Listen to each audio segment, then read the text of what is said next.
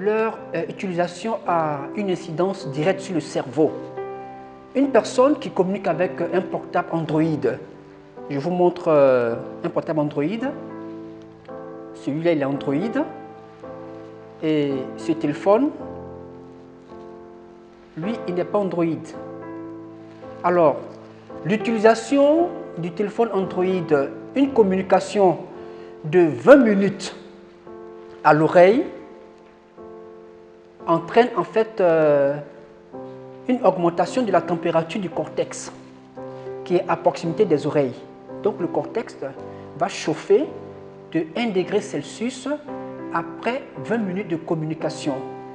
Alors, pour une personne qui fait 40 minutes de communication, il va sans dire que le cortex va augmenter de température et va atteindre 2 degrés Celsius.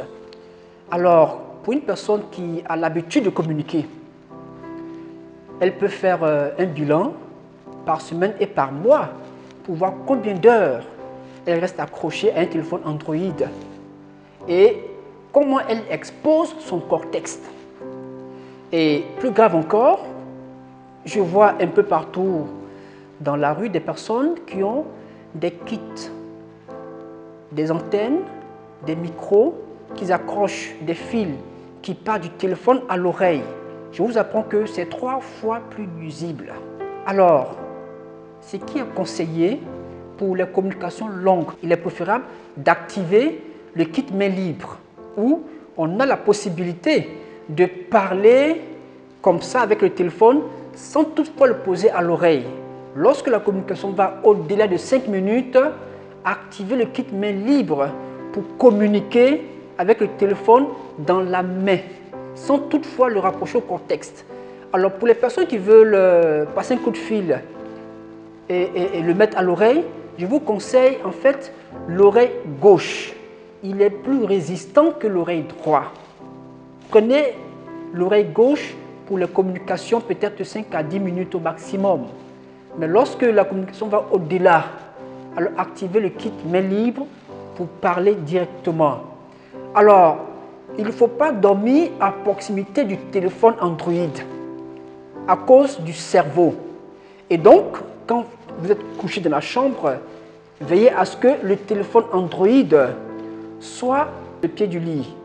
Il faut qu'il soit au moins à 3 mètres de vous.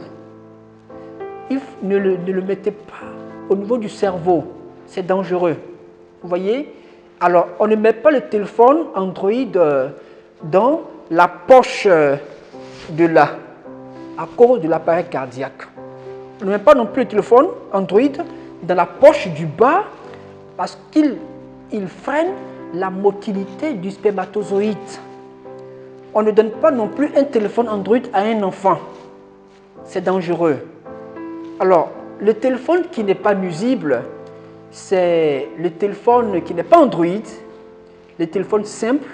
Vous pouvez communiquer avec ce téléphone-là en toute sécurité, il n'y a pas de problème. Évitez de communiquer lorsque vous êtes dans un véhicule. Ce n'est pas bon. Vous augmentez les fluctuations magnétiques. Évitez de communiquer en marchant. Ce n'est pas bon parce que lorsque le téléphone se déplace, les fluctuations magnétiques augmentent et c'est dangereux pour le cerveau.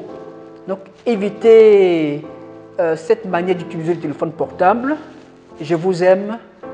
À bientôt.